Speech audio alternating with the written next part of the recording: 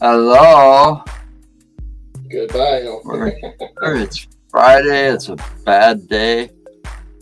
It's open mic. It's ugly outside. It's very ugly outside. I'm trying to do this right. I'm trying to share the link right As a at the matter of moment. fact, wait. Let's see. I swore. And I can share. Oh, come on. There it goes. I'm sharing our feed through Facebook, so. I was trying to. There we go. There. I'm going to try something. I haven't done this before, so let's see if it works.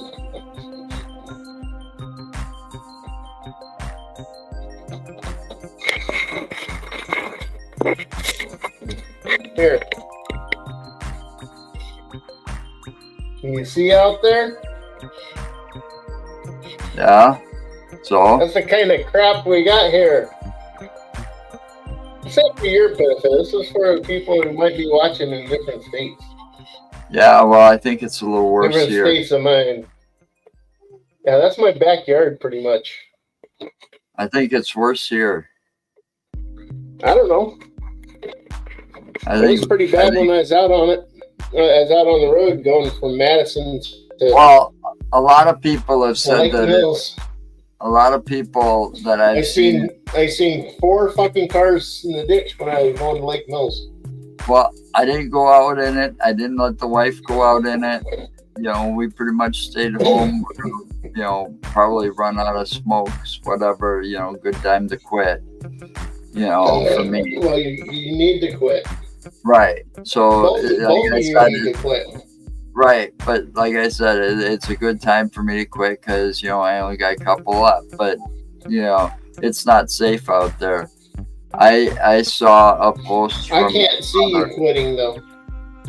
I seen a post. I did once before, not by choice, but I quit for quite a long time. When I was diagnosed, I was kind of forced to quit because no nurse was... See? No nurse was going to take. I always knew you were a quitter. No nurse was going to take me down to the, you know, from the 6th floor of the hospital.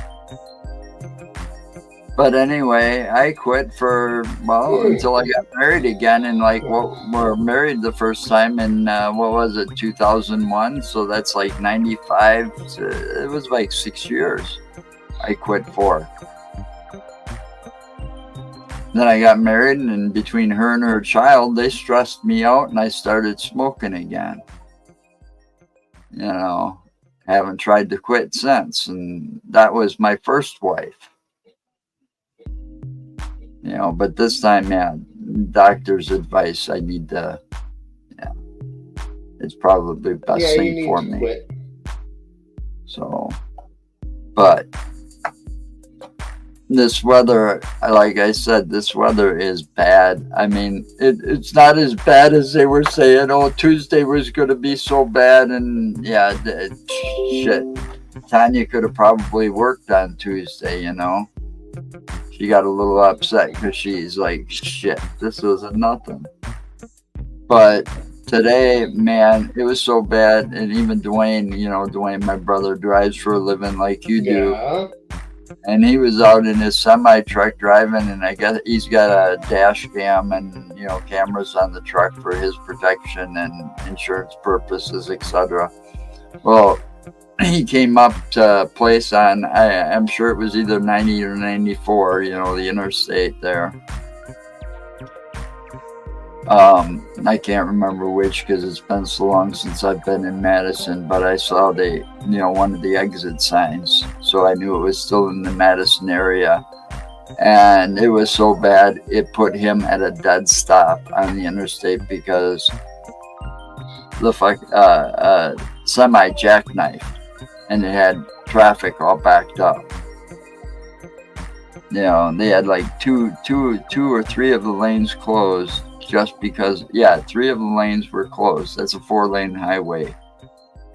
So 3 of the 4 lanes were closed because of the way that semi was jackknifed across the interstate. It didn't, however, look like the 20-car pileup that I got into. I don't know how many years ago that was, because Tanya insisted she had to go back to work in Fort.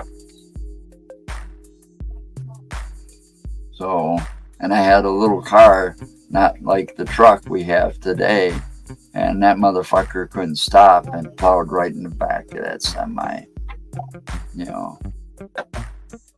It was a real bad scene that day. There was like 20 cars, 2 semis. Yeah, it was a real bad scene that day. But yeah, I stayed off the road. I figured most people shouldn't be on the road unless they absolutely have to.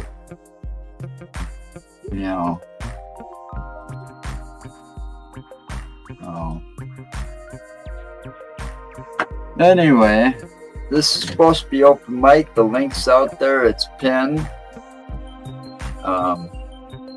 We got a couple of good guests coming up next week and the week after.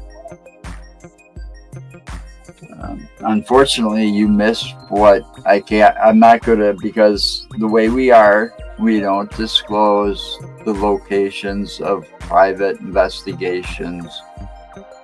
And I won't ever disclose locations of. We're not going to share We're not going to share, But all right.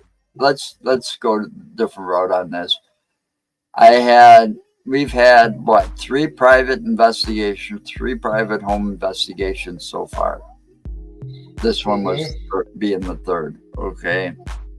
Out of those 3, there was one, and you'll know which one this is, where I think she was not so much scared as when she found out what I was doing or we were doing. It's time for me to get some attention. One of those. Okay. The other 2, this one and the other one, the other one that I'm talking about, were, I believe, 100% legit. Something's bugging or was bugging them. And we got evidence at both of those locations. Unfortunately, the one location we can't go back to anymore because they done sold that house and moved. Yeah. But I think they're going to like their place better. So they're moving into a family house. It's been in their family for many years or many generations. So, but yeah, you did miss a good, this place, after a while, it got pretty active for us. It affected Tanya, where she had started feeling kind of woozy or sick and had to move closer to the front door, which was like the opposite side of the room where a lot of the activity and stuff was happening. Jesse got some pretty convincing looking pictures of shadows.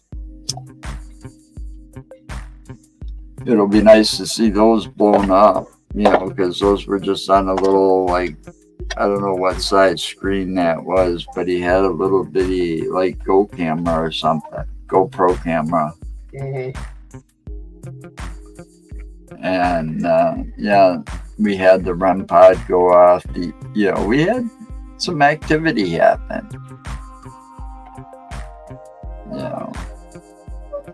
So it was a very interesting location. Unfortunately, you missed out. Well, like I said, a little difficult to be doing anything whenever Mother Nature don't want you to. Yeah. Yeah, we wouldn't want your stinky ass around anyways. I mean, the place was kind of small, and man, you would have stunk up the place. But it was interesting. I mean, I got to work with Nick for the first time. That was cool. Got to meet Don and Mike. I think that was his name, Mike. That was with Nick. Yeah. You know, and then I actually got to work with our new person added to our team, Jesse, you know, so that was really cool. Yeah. So, you know, other than that, we got some pretty compelling evidence and they do want us back. So you'll have a second chance. Hopefully Mother Nature won't kick you in the ass again. Yeah, I hope not. But other than that, that was, you know, that's been it for things we've been, you know, doing so far. I mean, if you want to come on, the link's out there, you know, come on and join us. It's an open mic night.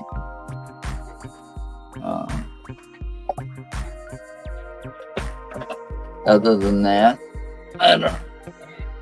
This weather's a bitch. I hate it. I hate this time of year. People can't drive, and it hurts. I woke up and I hurt everywhere.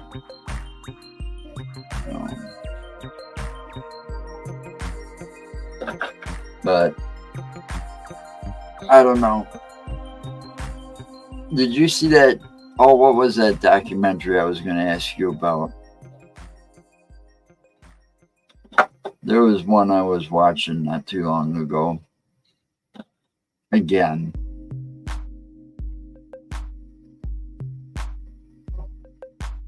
Fuck, I can't remember. Anyway, come on, Mark. Give me a topic. Documentary. Yeah, documentary. It was about. I can't even remember what it's about. I'm getting bad at remembering shit. And you say that I can't. I remember what it was. And you're telling me I'm the one getting old. I don't know. I've never been able to catch this one from the very beginning. So I don't know if it's like that one we watched where it was like a mockumentary about the mermaids. That one that was really... Yes. You remember that one that was like really cool about the mermaids? Yes, I do remember that one. And it was a... that one was on the Discovery Channel. Right. Well, this was another one of those on the Discovery Channel. But it was more about hunting vampires in the U.S. No, I don't remember seeing that. And it was these two guys, and throughout their extensive research, and I don't know because, like I said, I didn't see the beginning of how they determined this, but they determined that these vampires that are in the U.S. supposedly now. Like I said, this could be some kind of mockumentary type thing or some, thing that's not even real. But they were talking about how they use these storage facilities, like people that rent a storage locker and whatever. All right. They got these handmade coffins in there, but at the same time, there's also dirt that they supposedly tested, and analysis proves that it came from Romania or someplace, along those lines. How they determined that were supposedly at this location. They were in Colorado too, by the way. Okay, over in the Colorado, Utah, in those areas over there looking. Okay. They found the storage locker, and I've never seen this. I don't know. I didn't have a pad and paper because I wanted to write it down when I saw it again, but I didn't know it was coming on. So they went through the records, found out what corporation owns these, whatever, and they got dead ends, but they own a lot of storage facilities around the U.S., a lot of them in all 50 states, right? Right. Well, they get to the one, and they see like a big V in red painted, on a beam or something somewhere within the storage facility, Then they come back because, they had to leave for a bit. They come back, and that V was changed with like a V, and then it has a circle around it, and kind of like the Ghostbusters thing, it had a line through it. Yeah.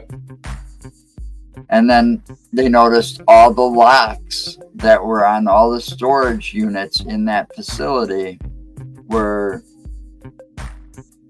off. They were all gone. All the padlocks, because this was one of those ones that used padlocks, right? Right. They opened up one that's where they found like what seems to be a handmade wooden coffin out of plywood, just standard plywood, okay, with a lid. And that's where the dirt came in. And they went around and found this at several different places, because as soon as they'd find one with the V and they'd go back ready, in my mind, it was kind of stupid. I mean, wouldn't you go there the first time being prepared instead of, oh wait, we got to come back prepared or with more people? And then by the time they come back, it was like, oh, now it's that V symbol again gets crossed out. So it's like they determined that the V was like a symbol to let it know that it was a safe haven for them to rest there or whatever, right? And then when it gets crossed out, oh, this place got discovered, so now it's abandoned. Right. Where did you see this? On Discovery or the Travel Channel. It was one or the other. It was two guys. And it was called something like Hunting Vampires in America. And they started out there on the west, out west, out there in Utah, Arizona, in those areas.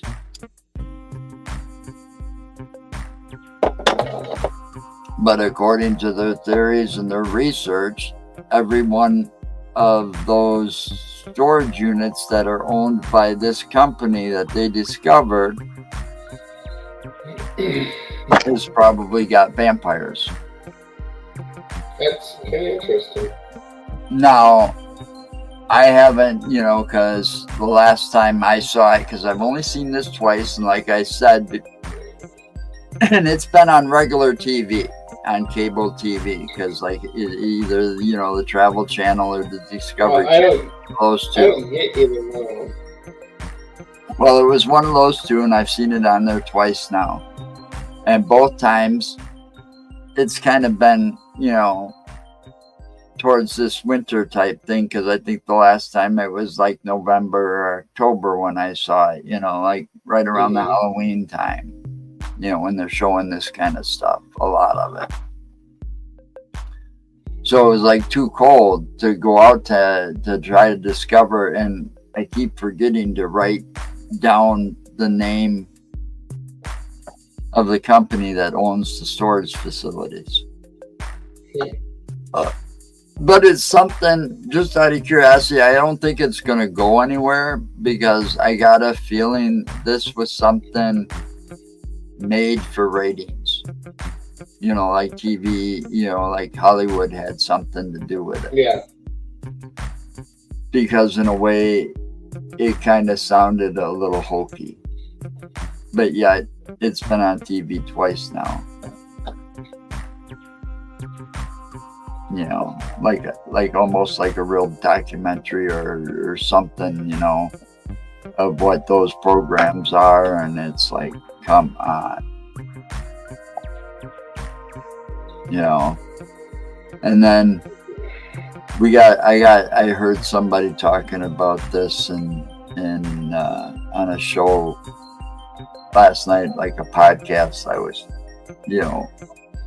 this topic here, and I remembered because they also, I think, mentioned that the dude that brought this up that got my attention should be running for president. But he said a long time ago there's no way he'd run for president because he'd have to become pretty corrupt himself, and he can't do that. It's against his morals. But anyway, they were talking about how the government can control the weather. And he was trying to figure out what that was.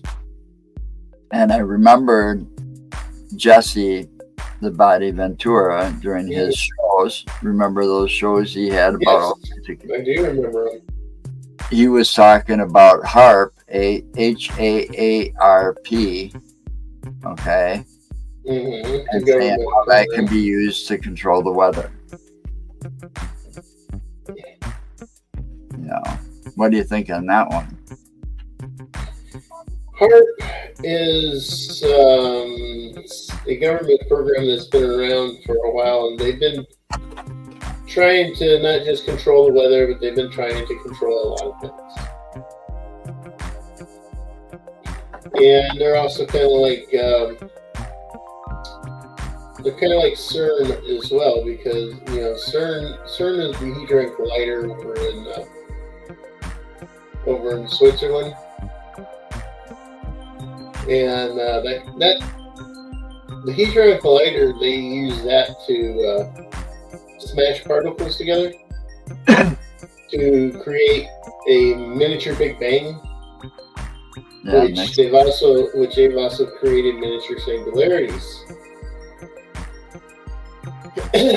And people have said that they got to quit doing that because some scientists have claimed that because of that, CERN has put our universe in jeopardy. Yeah, I could see that. Because what they're doing is they're colliding, they're creating miniature explosions of the Big Bang, and when that happens, they're also creating micro singularities, which are basically miniature pinhead sized black holes. Also, they're looking to create exotic particles, and one of them is the boson particle that they actually created and found because of that. And there's actually this kid who claims to be a genius. He also believes that CERN fucked up back in like the late 2012, and that's why the Mayan calendar stopped. Is supposedly that goes on, and that CERN created a rift that is merging our universe or our reality with the reality that was next to us, because it created a rift in that, or a tear in that fabric. No. So each reality is leading into the other. That's what would be the Mandela effect. See, and next thing you know, it's going to create, who knows what could happen. I mean, it's you shouldn't be messing with something that's certain. No, do you know what the Mandela effect is? No, not certain. Have you heard of Nelson Mandela? Nelson Mandela, who is the leader over in Africa. Yeah. The Mandela effect is this, okay? Nelson Mandela allegedly died in prison. He was in prison, political prisoner. Yeah. And allegedly people remembered him dying in prison, but people also remember him being released from prison. Back in 2009 or something like that. Yeah. So you got both realities that people remember, and so they call it the Mandela effect because you got people remembering him dying in prison, but yet instead of dying in prison, he was released from prison and lived I think until 2019. Yeah. Well. So. Besides that, you think about something like that, they cause some kind of, say, explosion or something that's massive. God only knows what could happen or what it could destroy, because they're messing with technology that they shouldn't be messing with. It's only Mother Nature. How about all these different things that are supposedly happening? Well, yeah. In our world. You look at Facebook and YouTube and stuff like that, and they're starting to show shit for of like these giants and stuff like that. Well, we didn't have those when we were a kid. We didn't have any of that in the fucking history books when we were kids. This is stuff that's just starting to come about. And look at some of the stuff that's happening today, where you've got all kinds of mass destruction events going on everywhere. Hurricanes, earthquakes, tidal waves, tsunamis, and they're happening more often. And it's not I'm not so sure I'd buy into the climate effect as much as I buy into us. Well, in a way, it would be their excuse of the climate effect, but it's still humans messing with stuff that they shouldn't be messing with, digging too far, or whatever. But then again, maybe it's Mother Nature's a way of saying, time's just about up. You people are not getting along so well. I don't ever remember in history our country being so divided as it is today, and people being so divided and hateful as they are today. Well, that's because this orange orangutan that was. Yeah, I don't want to talk about the orange orangutan. I just want to make that point. It's because of that orange orangutan that was pretending to be in the White House, gave everybody permission to be the way they want to be. But still, okay. It's just so sick. There. So it's very sick, and it's sad too. It's not just sick; it's sad too. Because you got all these, Well, it's like Mother Nature striking out, saying, hey, your time's almost up. I mean, when do you ever remember? I know you haven't been here that long. You've been here, what, 25, 30 years here in Wisconsin? Because you're I've been here since 96. Right. So, I've been here all my life. I remember maybe one other time that it actually registered that we've had an earthquake. Well, yeah. And it wasn't but what was it? I saw it. It wasn't but a week ago they had a 2.5 or 2.6 magnitude or whatever earthquake recorded up near Crandon.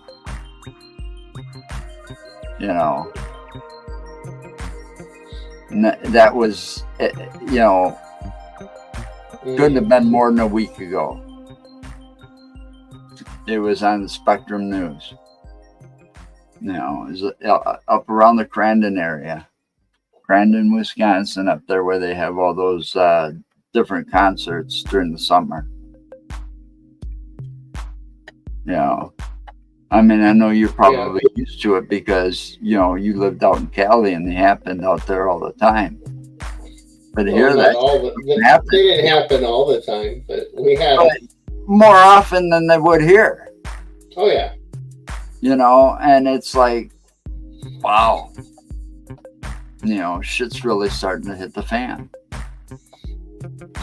Hey, Tom. Oops.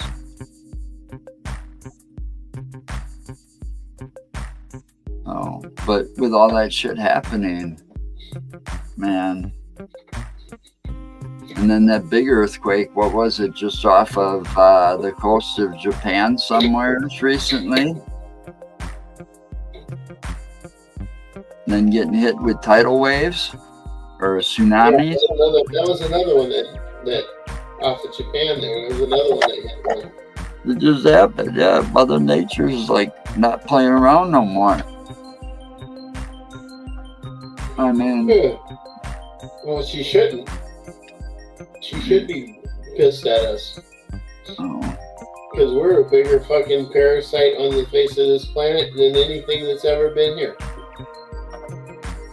We take more from we take more from this Mother Earth than any other creature that's ever walked this earth. Well, yeah, even the Native Americans. And we don't give back. We should be giving back to Mother Earth, but we do not. No, keep cutting down the forest. She's tired of it. Replanting. Why do you think we keep getting these fucking coronaviruses, these new strands and shit? Because yeah, that's Mother Nature's that's another tired of fucking us. scary thing too, man. I keep fearing that fucking shit. The more I hear about people, and it's like, man, I don't want to go out because that shit gets me. If I get it bad, even though I'm vaccinated and stuff, man, I could still get it, and it'll put me in the hospital and probably kill me. You know. Well, yeah, that's the problem, you know. You know, between my age and my weakened immune system and shit, fuck, I'd have no chance. But yeah, but the other thing you were saying though about opening, you know, the tear in the fabric and all of that. Yeah. That there, right there, could explain why people are reporting and seeing more and more paranormal type stuff. Everything from UFOs to Bigfoot to the Mothman to, you know, all the you know, basically all the cryptids. And that brings up a point too that I also read recently that somewhere here in Wisconsin there was a bill passed so that the pilots can report what they see in the skies without any repercussions. Right. That was recently a big little news line here in Wisconsin about that. So that means they can report the UFOs and stuff to like the FAA and all the federal places or whatever, and they won't face like, you know, oh, you're crazy, you need an exam, you're grounded, and, you know, that kind of shit.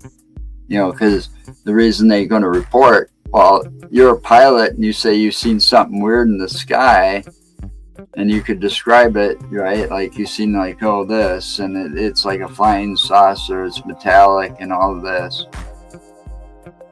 You know, they're going to ground your ass, and then you got to go through a psych eval past that in order to get, and you might lose your job. Well, you're going to report it? No. So now they got that net now where they can report it without facing any of those repercussions. Well, So yeah. it's like they're out there, and this is going, you know, a lot of this kind of stuff has been happening all across the U.S. and different countries, you know, where they're, you know, putting that pressure or taking that pressure off the pilots so that they can report what they see and not be afraid of getting prosecuted or getting say you're fucking crazy, you know.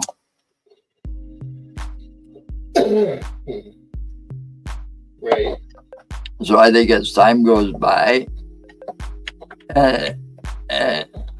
you're gonna see and hear a lot more. And the thing is, people are gonna think, oh well, you know, they've been there the whole time. You know, it's not like the numbers have grew. It's just like they're allowed to say that what they're seeing now. I mean, think about all of these government files about UFOs that are still top secret. You know. You know damn good and well they're not going to tell us the truth. And the ones the only that thing they're going to tell us, the only time they're going to tell us anything and claim it's truth is stuff that they've already determined that's not going to, that we'd be able to handle, or that they think that's okay to let us know. They're not going to tell us the absolute truth. Or they got no choice because you've got, you know, 10,000 witnesses. Right, but the whole thing is that they're not going to tell us the absolute truth. They're not going to come out and say, yeah, we've had out contact with alien species for years, and we've got alien craft sitting in a top secret facility right now that we have back engineered, and some of these craft we see flying around on our own. So now let's go backwards a little bit, and I know you've seen this one. I'm pretty sure you've seen this one. The alien autopsy. Yeah. Now, do you remember that was hosted by Riker, the guy that plays William Riker? It was like, okay. You believe that was either a hoax, or do you think that was the real thing? I mean, nowadays, back when that whole thing came out, you know, it was widely viewed as a hoax, something that was made up. But if you really seriously think about it, especially now that we've investigated so much and heard so many different stories, where there was a guy back in the 50s that was talking about this and got hushed up, you know. But now that we know, and it's becoming more and more acceptable to actually say you've seen something in the sky, and it's not, you know, like they're spy balloons or weather balloons, or, you know, it's something that really can't be identified. Do you think that autopsy could possibly have been real?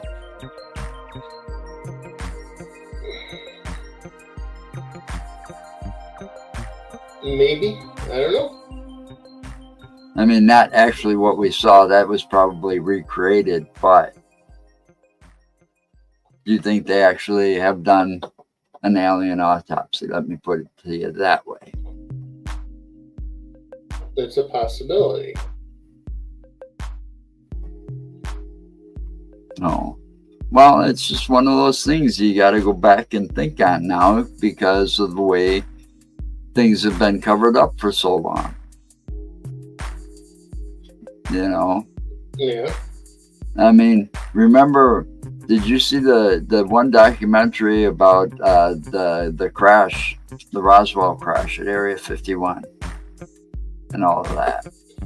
Where I've seen a lot of stuff on them. I'm talking about the one where the guy found that metal where it almost like was almost like a liquid, but yet, you know, you crinkle it up like tinfoil, but the minute you let go, it went back to like all straightened out. Yeah, It was like a real model that nobody could figure out what the hell it was. And then all of a sudden, somewhere along the line, his sample or piece that he kept, that leads me to believe about the Men in Black, getting involved with that one. Because who would make up a story like that, especially back in the 50s? That's one thing that bothered me. The guy comes out, about this. I mean, I know why he didn't open his mouth right away, but still, when he did open up his mouth, people thought he was crazy at that time. I mean, would you make up a story that would put you in the nut house? No. I mean, that just don't make sense. I mean, you're living in the 50s and you see something, you can't explain it, but yet that if you talked, they're going to put you in a straitjacket quicker than you could say your name, Right. So why make up the story in the first place? That's what I don't get. Why do people just closed mind crap, I guess. This weather's getting to me. It is. Stuck here, can't go. I'm gonna start fucking craving a smoke. Well, sorry. What's to do about it other than go out and have her take the truck, go to the store? Get fat. No, she ain't leaving until at least noon tomorrow. Because these roads are bad, and especially at night, I ain't gonna take chances. Well, it's only 5:43. Yeah, but it's dark outside. You want to be able to see the roads pretty good, especially when you're going down CW. Well, yeah. Because I came back from Lake Mills on 89. I actually took pictures. You can't see the road. It's all white. The whole fucking thing's white. Yeah, well, it's not just the snow you got to worry about. It's the ice that's under the snow, and then it's the deer. Fresh snow put the deer on the move around here. Yeah. And yeah, they cross over CW quite a bit. We don't need any more of those types of accidents. Yeah, I know. She don't need to hit another deer. Well, it's always around this time of year. New vehicle.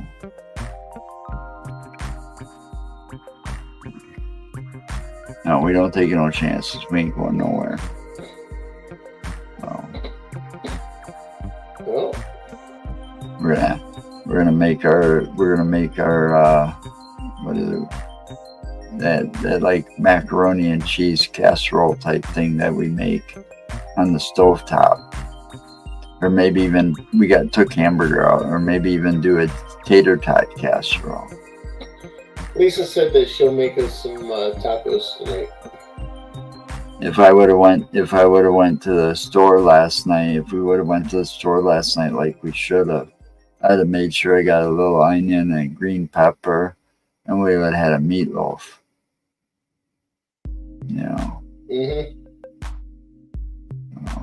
But you can't make a meatloaf without an onion and green pepper. Yeah, dice them up and chop them up and put them in a meatloaf for the extra flavoring. Yeah. Yeah, that's what we were going to do.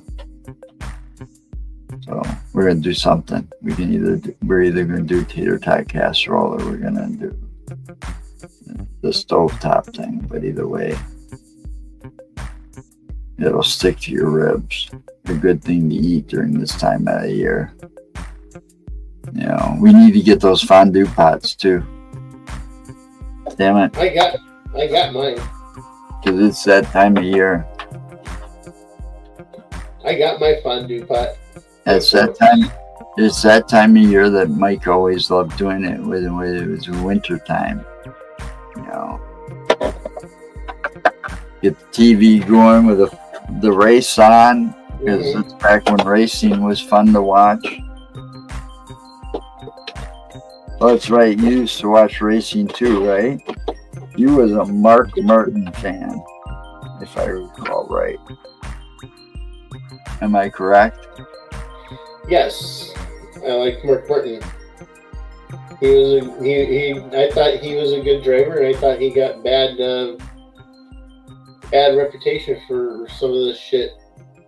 Well, because they tried. Okay, he was the one that all the fans tried to blame for Earnhardt's death. Well, that was BS. I don't know about death. I didn't try to blame him for that because I watched it. I was at home on a break when that happened. I watched that race, and he was playing blocker. Okay, he was playing blocker for his two cars that he owned.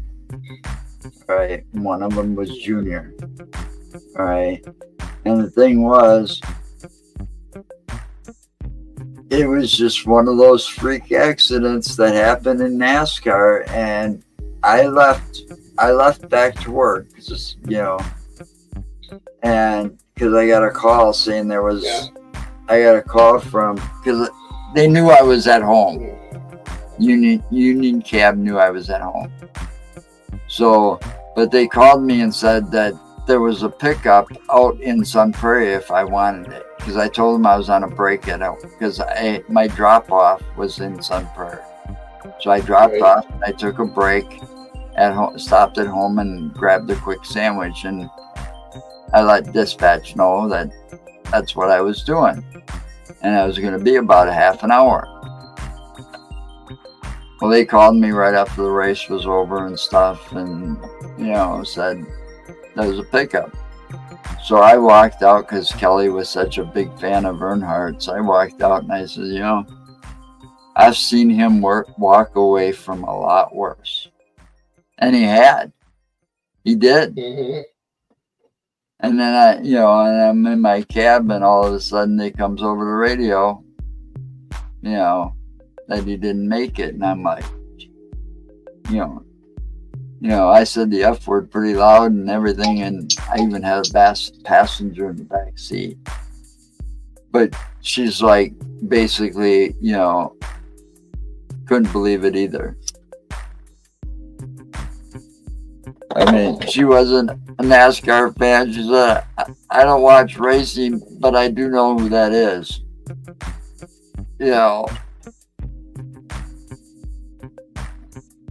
And it's like, that's how big of a guy he was in the business. I mean, I remember that. I remember that. So,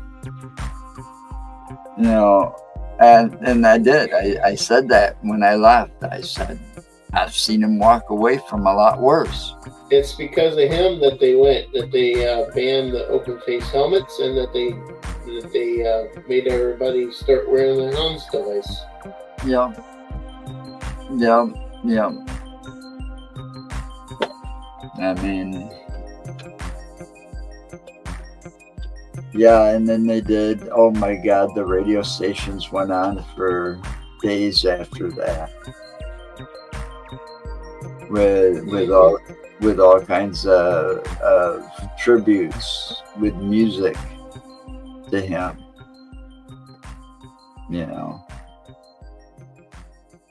But yeah, I own that story too.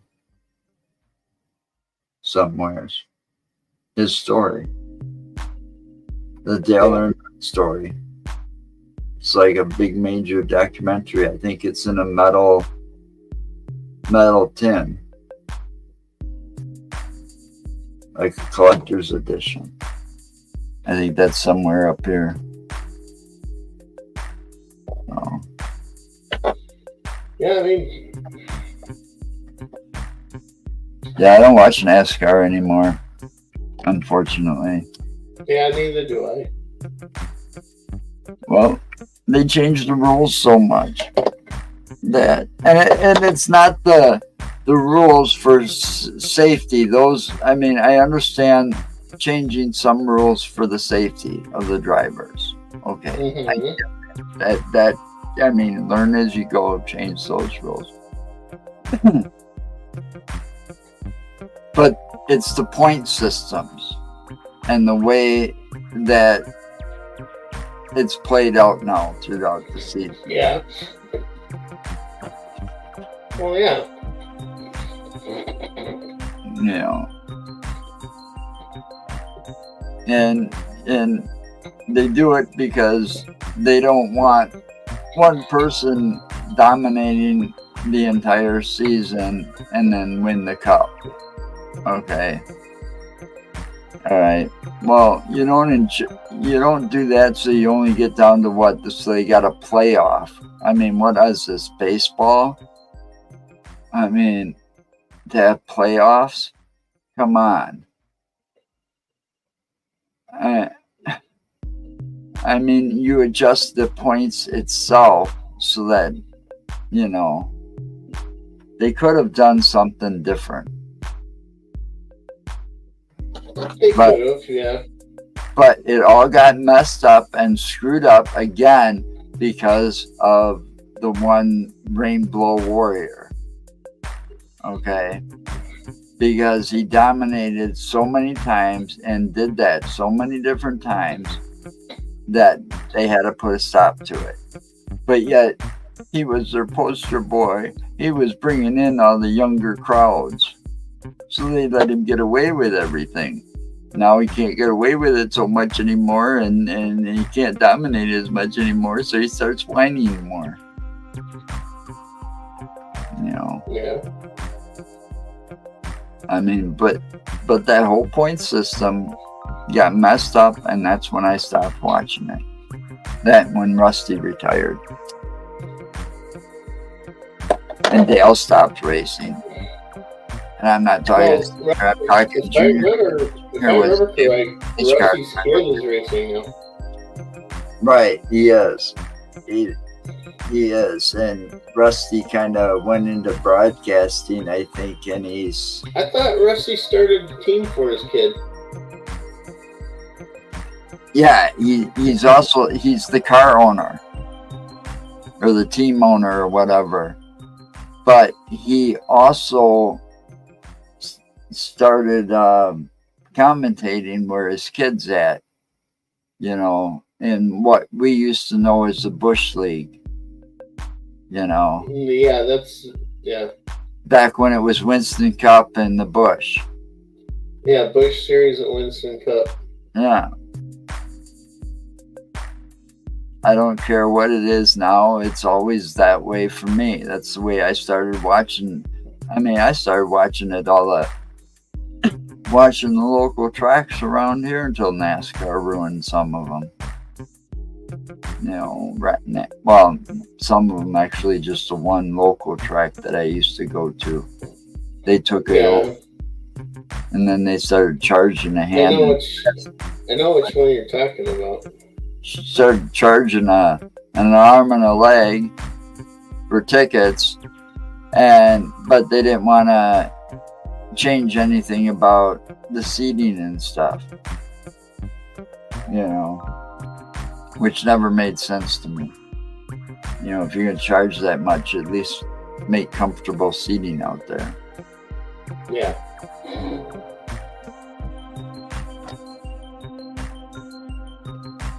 Yeah, that's the only thing I didn't like about what they did to that track, is that they basically, when they took it over, they doubled, almost tripled the price of a ticket right away. That was the first thing they did, you know, and that's like that, you know. But I grew up with racing, watching racing. I always wanted to get a cab. If we would have, think about it. Back when you and I were driving for Union, if we could have got our hands on one of those and got entered in the spectators race out at it would have been 151 out in Columbus. Mm-hmm. And we could have got the mechanic there at Union to, remove the restrictor plate, put the chip back in. We wouldn't lose. No, I know. All you have to do is take out the extra weight, of the chairs. They got a rule we had to take out the glass windows, so it had to be no window or plexiglass or whatever. But still, that's taking things off, not adding to it. We Right. still wouldn't have lost. You take the chip out, put the real chip back in, and take the restrictor plate off the carburetor, and man, you wouldn't have lost.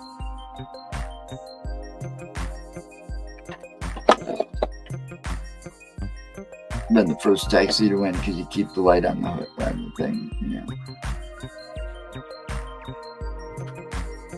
That's the way you do it. Yeah, I'm sure people did it though. Thought of it later because it was commonly known after a while that all the cabs for both the two major companies there, us and Union and the Silverfish, that those were ex-squad cars. Yeah. It's just that you just had two different brands. The Union had Chevy, all the Chevy Caprices, and the Silverfish had Crown Vics. But all of the stuff was the restrictor plates, and the chip was taken out and replaced. I mean, imagine. I mean, they'd already. That's and you know what the reason was for that? Do you remember that one? What's that? Remember what one? Somebody told me one of the veterans at Union that was a cab driver. He told me the story of why that was, because he was like training me, and it says, oh, these were old squad cars, but this is what they, anyway, and he told me why they did that, why that was being done and required now. Well, some idiot cab driver back before our time, apparently, well before our time, went up to Oak Hill, okay, left the keys and the cab running, went in to find his passenger. An inmate got out, escaped, got into his cab, and led the cops on one hell of a chase. And they couldn't figure out why they were having problems catching him. Right, yeah. And they eventually caught him when he totaled the car.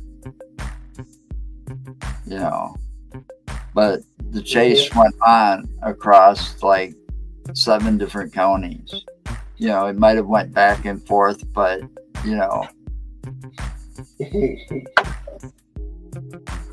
so you had all these counties involved in hot pursuit. Couldn't catch this cab, obvious cab.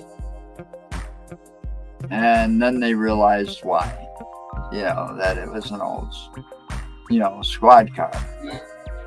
So because of that, there was a law passed that anybody... They had to put restrictor plates on.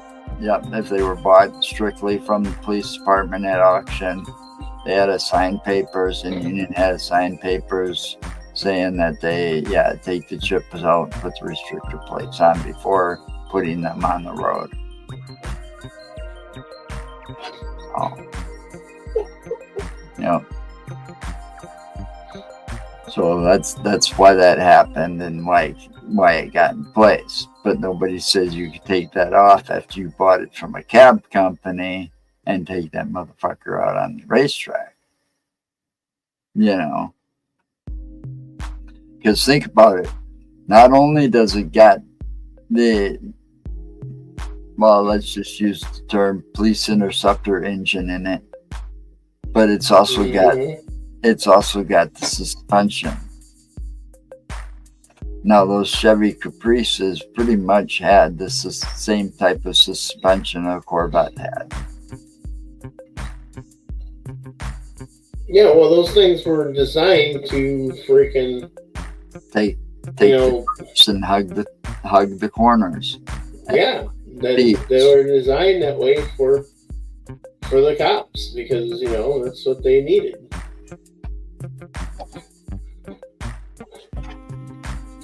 Anyway, excuse me. We are off the air here in 2-3. Catch us next week when we have a guest. Let me see who it is. Oh, Ernie Pack.